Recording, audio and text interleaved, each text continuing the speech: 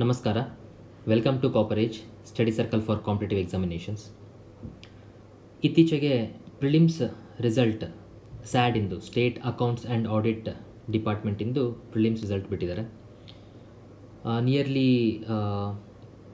ತುಂಬ close competition ಇರೋದ್ರಿಂದ maximum students ಇದನ್ನು ಎಕ್ಸಾಮನ್ನು ಕ್ಲಿಯರ್ ಮಾಡಿದ್ದಾರೆ. ಇನ್ನು ಕೆಲವರು ರಿಯಲ್ಲಾಗಿ ಜೆನ್ಯೂನಾಗಿ ಎಫರ್ಟ್ಸ್ ಆಗ್ತವರು ಕ್ಲಿಯರ್ ಮಾಡೋಕ್ಕಾಗಿಲ್ಲ.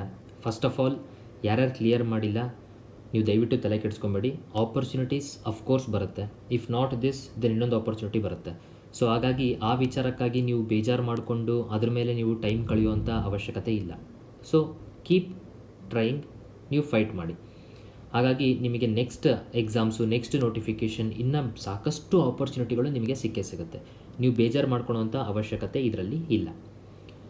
ದೆನ್ ಅದಾದಮೇಲೆ ಯಾರ್ಯಾರು ಈಗ ಪ್ರಿಲಿಮ್ಸ್ ಎಕ್ಸಾಮ್ ಕ್ಲಿಯರ್ ಮಾಡಿದ್ದೀರಾ ಅವರೆಲ್ಲರಿಗೂ ಕಂಗ್ರ್ಯಾಚುಲೇಷನ್ಸ್. ನಿಮ್ಮ ಹಾರ್ಡ್ ವರ್ಕು, ನಿಮ್ಮ ಎಫರ್ಟ್ಸು ನಿಮಗೆ ಪ್ರತಿಫಲ ಕೊಟ್ಟಿದೆ. ಆದರೆ ಮೊದಲನೇ ಸ್ಟೇಜಲ್ಲಿ, ಎರಡನೇ ಸ್ಟೇಜಲ್ಲಿ ವಿಚಾರವಾಗಿ ನಾನಿಲ್ಲಿ ಸ್ಯಾಡ್ ಎಕ್ಸಾಮ್ ಬಗ್ಗೆ ನಾನು ಮಾತಾಡೋದಕ್ಕೆ ಕೆಲವು ಇನ್ಪುಟ್ಸ್ಗಳನ್ನ ಕೊಡ್ತೀನಿ. ಕೆಲವು ಮೆಟೀರಿಯಲ್ಸ್ಗಳನ್ನ ನಾವು ಯಾವ್ದು ಕೊಡ್ತಿದ್ದೀವಿ ಅಂತ ಹೇಳ್ತೀವಿ. ಟೆಸ್ಟ್ ಸೀರೀಸಲ್ಲಿ ಕ್ವಶನ್ಸ್ಗಳು ಯಾವ ಥರ ಬರ್ತಿದೆ ಅಂತ ಪಾಸ್ಟ್ ಇಯರ್ ಪೇಪರ್ನು ಕೂಡ ನಾನು ಅನಾಲಿಸಿಸ್ ಮಾಡ್ತೀನಿ. ಇದೆಲ್ಲದ್ರ ಜೊತೆಗೆ ದೆನ್ ಕೆಲವು ಟಿಪ್ಸ್ಗಳನ್ನು ಕೂಡ ನಾನು ಈ ಸ್ಯಾಡ್ ಎಕ್ಸಾಮಿಗೆ ನಿಮಗೆ ಕೊಡ್ತಾ ಬರ್ತೀನಿ. ಈಗ ಈ state accounts and audit department ಎಕ್ಸಾಮಲ್ಲಿ ಒಂದು ಡ್ರಾಬ್ಯಾಕ್ ಅಂತಲೂ ಹೇಳ್ಬೋದು, ಅಥವಾ ಒಂದು ಬಂಪರ್ ಆಫರ್ ಅಂತಲೂ ನಾವಿಲ್ಲಿ ಹೇಳ್ಬೋದು. ಏನು ಅಂದರೆ ಅದು ಜನರಲ್ ಸ್ಟಡೀಸ್. ಈಗ ನಿಮ್ಮ ಟೆಕ್ನಿಕಲಲ್ಲಿ ಅಥವಾ ನಿಮ್ಮ ಸ್ಪೆಸಿಫಿಕ್ ಅಕೌಂಟ್ಸ್ ರಿಲೇಟೆಡಲ್ಲಿ ನೀವು ಹೆಂಗೆ ಓದಿರ್ತೀರಾ, ನಿಮ್ಮ ಡಿಗ್ರಿ ಹೆಂಗೆ ಪಾಸ್ ಮಾಡಿದ್ದೀರಾ ನಿಮಗೆ ಗೊತ್ತಿದೆ. ಓಕೆ, ಸೊ ಆರಾಮಾಗಿ ಡಿಗ್ರಿನ ಖುಷಿಯಾಗೇ ಪಾಸ್ ಮಾಡಿರ್ತೀರ, ತುಂಬ ಎಫರ್ಟ್ಸ್ ಹಾಕಿರಲ್ಲ. ಹಾಕಿ ಪಾಸಾದವ್ರಿಗೂ ಇವತ್ತಿಗೆ ದಿನಕ್ಕೆ ಅಷ್ಟು ನೆನಪಿರಲ್ಲ. ಆ ಕಾರಣದಿಂದ ಅದರಲ್ಲಿ ಸ್ಕೋರ್ಗಳು ತೀರಾ ಹೆಚ್ಚು ಕಮ್ಮಿ ಏನಾಗೋದಿಲ್ಲ, ಸ್ವಲ್ಪ ವೇರಿಯೇಷನ್ಸ್ ಆಗ್ಬೋದು. ಹಾಗಾದರೆ ತುಂಬ ಹೆಚ್ಚು ಕಮ್ಮಿ ಎಲ್ಲಾಗುತ್ತೆ, ಈ GS ಆಗುತ್ತೆ. ಯಾಕಂದರೆ ಎಷ್ಟೋ ಇರೋವಂಥ ಪ್ರಿಲಿಮ್ಸ್ ಕ್ಲಿಯರ್ ಮಾಡಿರೋವಂಥವ್ರು GS ಸ್ಟ್ರಾಂಗೇ ಇಲ್ಲ. GS ಸ್ಟ್ರಾಂಗ್ ಇದ್ರೂ ಕೂಡ ಇಲ್ಲಿ ಟೆಕ್ನಿಕಲ್ ರಿಲೇಟೆಡಲ್ಲಿ ಆನ್ಸರ್ ಬರೆದಿರೋ ಕಾರಣದಿಂದ ಟೆಸ್ಟಲ್ಲಿ ಅಥವಾ ದಟ್ ಈಸ್ ಈ ಮೇನ್ಸ್ ಎಕ್ಸಾಮಲ್ಲಿ ಆನ್ಸರ್ ರೈಟಿಂಗ್ ಹೆಂಗೆ ಬರೀಬೇಕು ಅನ್ನೋ ಸ್ಕಿಲ್ ಕೂಡ ಅವರು ಡೆವಲಪ್ ಮಾಡ್ಕೊಂಡಿರಲ್ಲ. ಈ ಕಾರಣಗಳಿಂದ ಈ ಪೇಪರ್ 3, ಪೇಪರ್ 4 ಏನಿದೆ ಜನರಲ್ ಸ್ಟಡೀಸು, ಇದರಲ್ಲಿ ಮಾರ್ಕ್ಸು ಕಮ್ಮಿ ಬರುವಂಥ ಸಾಧ್ಯತೆಗಳು ಮ್ಯಾಕ್ಸಿಮಮ್ ಇದೆ ಸ್ಟೂಡೆಂಟ್ಸಿಂದು. ಹಾಗಂತ ನೋಟ್ಸ್ ತೊಗೊಂಡು ಹೋದ ತಕ್ಷಣ ನೋ, ಇಲ್ಲಿ ನಿಮಗೆ ರೈಟಿಂಗ್ ಸ್ಕಿಲ್ ಆ್ಯಂಡ್ ಟೆಕ್ನಿಕ್ಕೇ ಇಂಪ್ರೂವ್ ಆಗಬೇಕಾಗಿರೋದು. ಕಮ್ಮಿ GS ಓದ್ಕೊಂಡು ಕೂಡ ಈಗ ಸಿಲೆಬಸ್ನ ನಾನು ನಿಮಗೆ ನೆಕ್ಸ್ಟ್ ಅನಾಲಿಸಿಸ್ ಮಾಡ್ತೀನಿ ಏನು ಅಂತ. ಆ ಸಿಲೆಬಸ್ಸಲ್ಲಿ ನಾವು ನೋಡಿದ್ರು ಕೂಡ ಸಿಲೆಬಸ್ಸು ತುಂಬ ಸಿಂಪಲಾಗಿ ಕೊಟ್ಟಿಲ್ಲ, ತುಂಬ ವಾಸ್ಟ್ ಆಗಿದೆ ಸಿಲೆಬಸ್ಸು.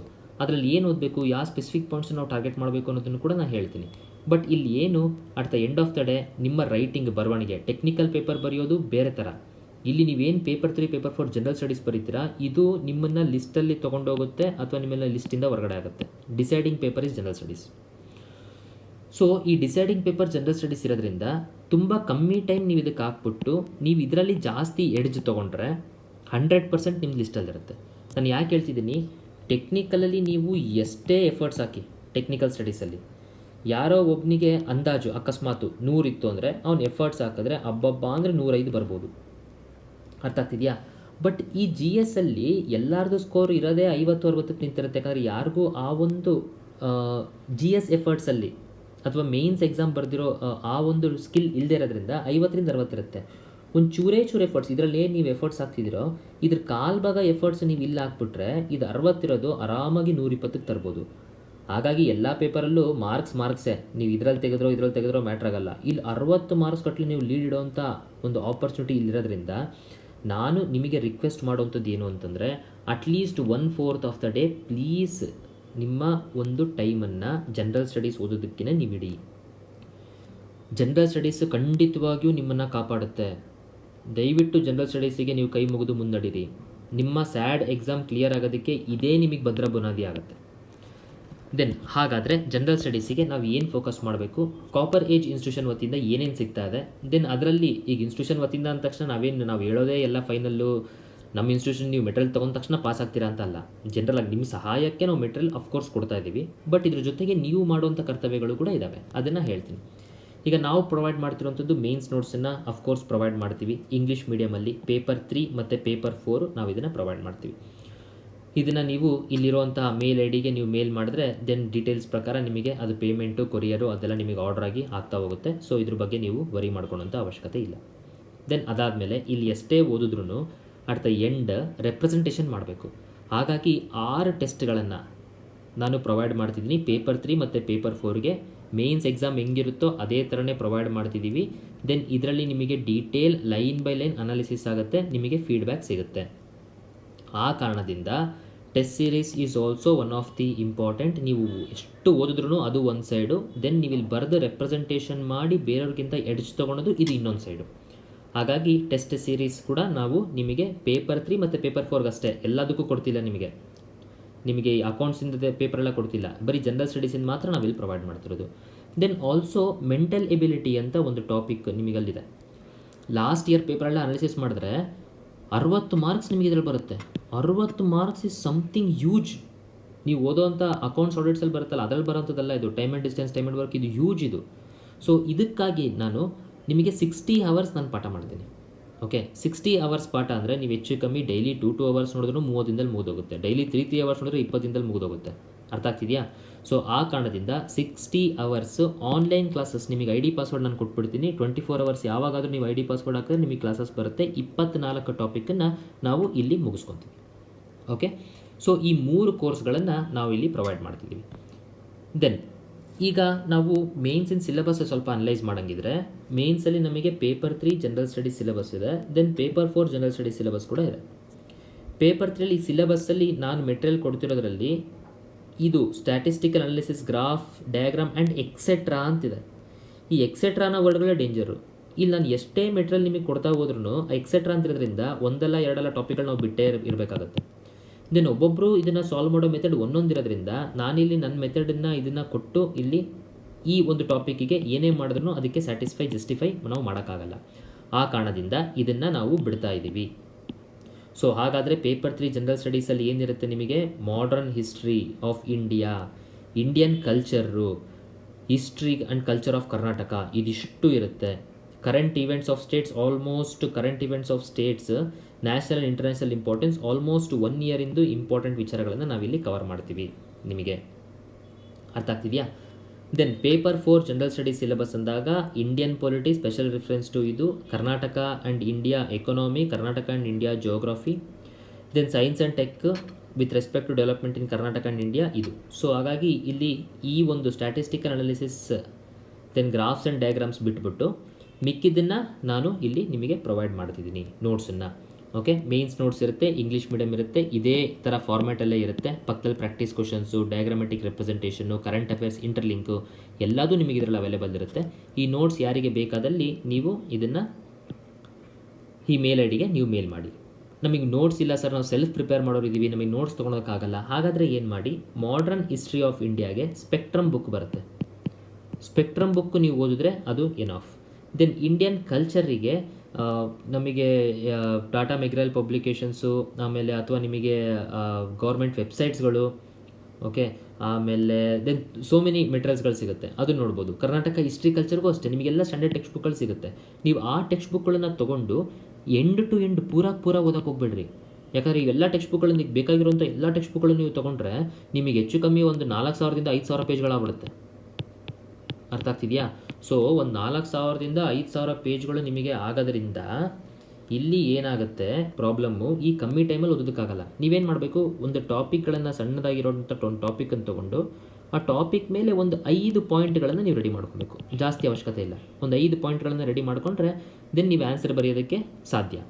ಹಾಗಾಗಿ ಈ ಮೆಟೀರಿಯಲ್ ಯಾರು ತೊಗೊತಿಲ್ಲ, ನೀವೇನು ಮಾಡಿ ಈ ಮಾಡರ್ನ್ ಹಿಸ್ಟ್ರಿ, ಕಲ್ಚರು, ಇದಕ್ಕೆ ಬೇಕಾದ್ರೆ ನೀವು KS ಸಿಲೆಬಸ್ ಸಪೋರ್ಟ್ ತೊಗೊಳ್ಳಿ. ಯಾಕಂದರೆ ನಾವು ಪೇಪರ್ ಲಾಸ್ಟ್ ಇಯರ್ ನೋಡಿದ್ರೆ ಭೂದಾನ್ ಗ್ರಾಮದಾನ್ ಮೂವ್ಮೆಂಟ್ ಇರಲಿ, ಓಕೆ, ಆಮೇಲೆ ಎಷ್ಟೋ ಪ್ರಶ್ನೆಗಳು KS ಸಿಲೆಬಸ್ಸಲ್ಲಿ ಇರೋದೇ ಕೇಳಿದ್ದಾರೆ ಇವರು ಮೇನ್ಸ್ ಅನಾಲಿಸಿಸ್ ನಾವು ಮಾಡಿದ್ರೆ. ಹಾಗಾಗಿ ನೀವು KS ಸಿಲೆಬಸ್ಸನ್ನು ಬೇಕಾದ್ರೆ ಸಪೋರ್ಟಿಗೆ ತೊಗೊಂಡು ಅದರಲ್ಲಿರುವಂಥ ಸಣ್ಣ ಟಾಪಿಕ್ಗಳು ಎಷ್ಟೊಂದು ಕೊಟ್ಟಿದ್ದಾರೆ, ಪ್ರತಿ ಟಾಪಿಕ್ ಮೇಲೂ 5 ಪಾಯಿಂಟನ್ನು ನೀವು ಕಲೆ ಹಾಕೋದಕ್ಕಾಯಿತು ಅಂತಂದರೆ then that itself is a notes. ಅದು ನಿಮ್ಮ ಪರ್ಸ್ನಲ್ ನೋಟ್ಸ್ ಆಗುತ್ತೆ. ನಾನೇನು ನೋಟ್ಸ್ ಕೊಡ್ತೀನಿ 100% ಅದಕ್ಕಿಂತ ಬೆಟರ್ ಇರುತ್ತೆ ಪರ್ಸ್ನಲ್ ನೋಟ್ಸ್.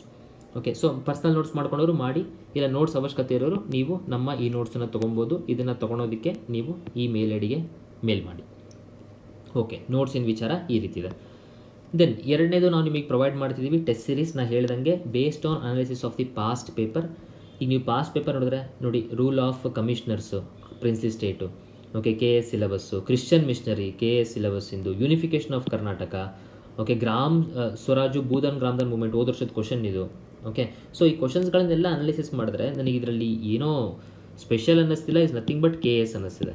ಸೊ KS ಇಂದ ರಿಲೇಟೆಡ್ ಇಲ್ಲಿ ಇರೋದ್ರಿಂದ ಮೇನ್ಸ್ ಆನ್ಸರ್ ಆಗಲಿ ನೀವು ಇದನ್ನು KS ಫಾರ್ಮ್ಯಾಟಲ್ಲೇ ಸ್ವಲ್ಪ ಚೆಂದಾಗಿ ಬರೆಯೋವಂಥ ಅವಶ್ಯಕತೆ ಇದೆ.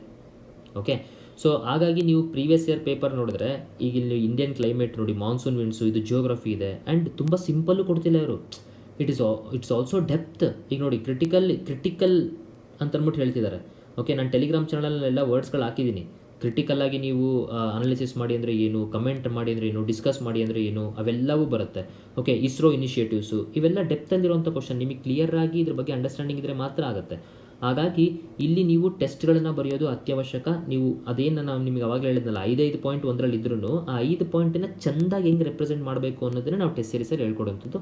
ಈಗ ಜಸ್ಟ್ ಮೊನ್ನೆ ನಾವು KS ಟೆಸ್ಟ್ ಸೀರೀಸ್ ನಡೆಸಿದ್ದೀವಲ್ಲ, ಅದರಲ್ಲಿ ನಾವು ಡೀಟೇಲ್ ಕರೆಕ್ಷನ್ ಮಾಡಿ ದೆನ್ ಏನೇನು ಮಿಸ್ ಆಗಿದೆ ಅಂತನೋ, ಓಕೆ, ದೆನ್ ಯಾರ್ಯಾರಿಗೆ ಇದು ಈ ಥರ ಅಬ್ರಪ್ಟ್ ಎಂಡಿಂಗ್ ಆಗಿದೆ, ದೆನ್ 1-to-1 ಸೆಷನ್ಸ್ ಬೇಕು ಅಂತ ನಾವು ಇದನ್ನು ಹೇಳಿದ್ದೀವಿ. ಕೆಲವರಿಗೆ ನಾವು ಮ್ಯಾಂಡೇಟ್ರಿ ಮಾಡಿದ್ದೀವಿ, ಇಟ್ಸ್ ಮ್ಯಾಂಡೇಟ್ರಿ, ನೀವು ಸೆಷನ್ ತೊಗೊಳ್ಳೇಬೇಕು, ಇಲ್ಲಿದ್ರೆ ನಿಮಗೆ ಕಷ್ಟ ಅಂತ ಹೇಳಿದ್ದೀವಿ.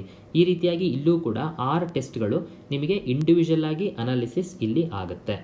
ಅದ್ರ ಬಗ್ಗೆ ನೀವು ವರಿ ಮಾಡುವಂಥ ಅವಶ್ಯಕತೆ ಇಲ್ಲ. ಇದನ್ನು ಯಾವಾಗ ನಡೆಸ್ತೀವಿ ಅಂತ ಟೆಸ್ಟಿಂದು ಇಲ್ಲಿ ನಿಮಗೆ ಇದೆ ನೋಡಿ. ಓಕೆ, ಸೊ ಟೆಸ್ಟ್ 1 ಅದು 11, 10, ದೆನ್ 18, 25, 1, ಲಾಸ್ಟ್ ಟೆಸ್ಟ್ 5, ಟೆಸ್ಟ್ 6 ಮಾತ್ರ ಎಕ್ಸಾಮ್ ಫಾರ್ಮ್ಯಾಟಲ್ಲಿ ಬೆಳಗ್ಗೆ ಮಧ್ಯಾಹ್ನ ನಿಮಗೆ ನಡ್ಕೊಂಡು ಹೋಗುತ್ತೆ.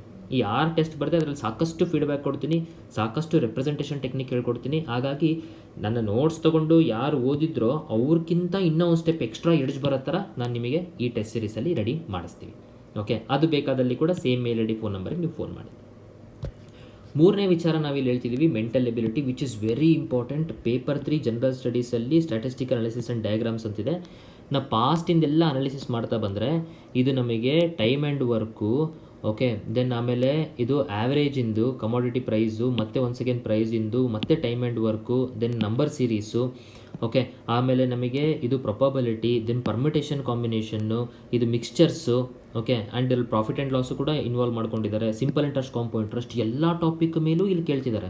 ಆ್ಯಂಡ್ ಎಷ್ಟು ಮಾರ್ಕ್ಸ್ ಇದೆ, ಎಲ್ಲ ಮಾರ್ಕ್ಸ್ನು ನೀವು ಆ್ಯಡ್ ಮಾಡ್ತಾ ಬಂದರೆ 60 ಮಾರ್ಕ್ಸ್ ಇದೆ, which is very very important. ಈ 60 ಮಾರ್ಕ್ಸಲ್ಲಿ ನೀವು 100% ನೀವು ಲಿಸ್ಟಲ್ಲಿ ಇರ್ತಿರೋ ಇಲ್ಲೋ ಅಂತ ನಿಮಗೆ ಡಿಸೈಡ್ ಆಗಿಬಿಡುತ್ತೆ. ಹಾಗಾಗಿ ಈ ಮೆಂಟಲ್ ಎಬಿಲಿಟಿಗೋಸ್ಕರ ನಾನು 60 ಅವರು ನಿಮಗೆ ಆನ್ಲೈನ್ ಕ್ಲಾಸಸ್ಸನ್ನು ಪ್ರೊವೈಡ್ ಮಾಡ್ತೀನಿ. ಅದು ನಿಮಗೆ ಇಲ್ಲಿ ಕ್ಲಾಸ್ ಮಾಡಿ ರೆಕಾರ್ಡ್ ಮಾಡಿ ಕೊಡುವಂಥದ್ದು ಇರೋದ್ರಿಂದ ನೀವು 24/7 ಯಾವಾಗ ಬೇಕಾದ್ರೂ ಅದನ್ನು ಕೇಳ್ಬೋದು. ಒಂದು ವಿಡಿಯೋ ನೀವು 5 ಸತಿ ನೋಡ್ಬೋದು. ಆರಾಮಾಗಿ ನೀವು ಇಲ್ಲಿರುವಂಥ 24 ಟಾಪಿಕನ್ನು ನಾನು ಕವರ್ ಮಾಡ್ತಿದ್ದೀನಿ. ಸೊ 24 ಟಾಪಿಕ್ ಇಷ್ಟು ಕವರ್ ಮಾಡ್ತಿದ್ದೀವಿ ಅಂತಂದರೆ ಇದು ಬಿಟ್ಟು ಇಲ್ಲಿ ಯಾವೂ ನನಗೆ ಕಾಣಿಸ್ತಿಲ್ಲ, ಇನ್ನು ನಾವೇ ಎಕ್ಸ್ಟ್ರಾ ಮಾಡ್ತಿದ್ದೀವಿ. ಸೊ ಇದು ಕೂಡ ನಿಮಗೆ ಆನ್ಲೈನ್ ಕೋರ್ಸನ್ನ ನಾವು ಕಾಪರೇಜ್ ವತಿಯಿಂದ ಪ್ರೊವೈಡ್ ಮಾಡ್ತಿದ್ದೀವಿ. ಅದು ಬೇಕಾದಲ್ಲಿ ಕೂಡ ನೀವು ಇಲ್ಲಿ ಇದನ್ನು ಇವರಿಗೆ ಮಾಡ್ಬೋದು. ಸೊ ಹಾಗಾಗಿ ಈ ಒಂದು ಸ್ಯಾಡ್ ಪ್ರೋಗ್ರಾಮಿಗೆ ನಾವು ಸಮಗ್ರವಾಗಿ ನಿಮಗೆ ಮೇನ್ಸ್ ರಿಲೇಟೆಡ್ ಮೆಟೀರಿಯಲ್ ಕೊಟ್ಟು, ಟೆಸ್ಟ್ ಸೀರೀಸ್ ಕೊಟ್ಟು, ಈ 60 ಮಾರ್ಕ್ಸಲ್ಲೂ ಕೂಡ ಎಡ್ಜ್ ಬರೋ ಥರ ಪ್ರಿಪೇರ್ ನಾವು ಮಾಡಿಸ್ತೀವಿ. ಯಾರ್ಯಾರು ಸೆಲ್ಫ್ ಪ್ರಿಪೇರ್ ಮಾಡಬೇಕು ಅಂತಿದ್ದೀರೋ ನೀವಾದರೂ ಪ್ರೀವಿಯಸ್ ಇಯರಿಗೆ ನೀವು ಟೆಸ್ಟ್ಗಳನ್ನು ಬರೀರಿ. ದೆನ್ ಯಾರಾದರೂ ಎಕ್ಸ್ಪರ್ಟ್ ಹತ್ರ ನೀವು ಒಮ್ಮೆ ಕರೆಕ್ಷನ್ ಮಾಡಿಸ್ಕೊಳ್ಳಿ. ಮೆಂಟಲ್ ಎಬಿಲಿಟಿನಲ್ಲಿ ಟಾಪಿಕ್ ಹಾಕ್ಬಿಟ್ಟಿದ್ದೀನಿ, ಇಷ್ಟು ಟಾಪಿಕ್ಗಳನ್ನ ನಾನು ಟೆಲಿಗ್ರಾಮ್ ಚಾನಲಲ್ಲೂ ಈ ಫೋಟೋ ಹಾಕಿರ್ತೀನಿ. ಇಷ್ಟು ಟಾಪಿಕ್ಗಳನ್ನು ನೀವು ಖುದ್ದಾಗಾದರೂ ಪ್ರಿಪೇರ್ ಮಾಡಿ. ಇದು ಇಂಪಾರ್ಟೆಂಟ್, ಯಾಕಂದರೆ ಹೋದ ವರ್ಷದಲ್ಲಿ ಇವೆಲ್ಲ ರಿಫ್ಲೆಕ್ಟ್ ಆಗ್ತಿದ್ದಾವೆ. ಓಕೆ, ಸೊ ಇಷ್ಟು ನಮಗೆ ಇಂಪಾರ್ಟೆಂಟ್ ವಿಚಾರಗಳು ನಾನು ಈ ಒಂದು ವಿಡಿಯೋದಲ್ಲಿ ನಿಮಗೆ ಹೇಳಬೇಕಿರುವಂಥದ್ದು. ಹಾಗಾಗಿ ದಯವಿಟ್ಟು ಎಫರ್ಟ್ಸ್ ಹಾಕಿ ಹಗಲು ರಾತ್ರಿ ಕುತ್ಕೊಂಡು ಬರೀರಿ. ನೀವು ಬರೆಯುವಂಥದ್ದೇ ಎಕ್ಸಾಮಿನರ್ ನೋಡೋವಂಥದ್ದು. ಹಾಗಾಗಿ ರೆಪ್ರೆಸೆಂಟೇಷನ್ ಟೆಕ್ನಿಕನ್ನು ಚೆಂದ ನೀವು ರೆಡಿ ಮಾಡ್ಕೊಳ್ಳಿ. ಸೊ ಹಾಗಾಗಿ ಯಾರಿಗೆ ಅವಶ್ಯಕತೆ ಇದೆ they can contact us. All the best. ಕಷ್ಟ ಬಿದ್ದು ಎಫರ್ಟ್ಸ್ ಹಾಕಿ, ಖಂಡಿತವಾಗಿಯೂ ಈ ಒಂದು ಪ್ರೋಗ್ರಾಮ್ ಅಥವಾ ಈ ಒಂದು ಎಕ್ಸಾಮ್ ನಿಮಗೆ ಒಳ್ಳೆಯ ಒಂದು ಆಪರ್ಚುನಿಟಿ ಕೊಡುತ್ತೆ. ದೆನ್ ನಿಮಗೆ ಎಲ್ಲರಿಗೂ ಪ್ರಿಲಿಮ್ಸ್ ಕ್ಲಿಯರ್ ಮಾಡಿರೋರಿಗೆ ಸಕ್ಸಸ್ ತರಲಿ ಅಂತ ನಾನು ಆಶಿಸ್ತಾ ಈ ವಿಡಿಯೋನ ಎಂಡ್ ಮಾಡ್ತೀನಿ. Thank you. ಜೈ ಹಿಂದ್.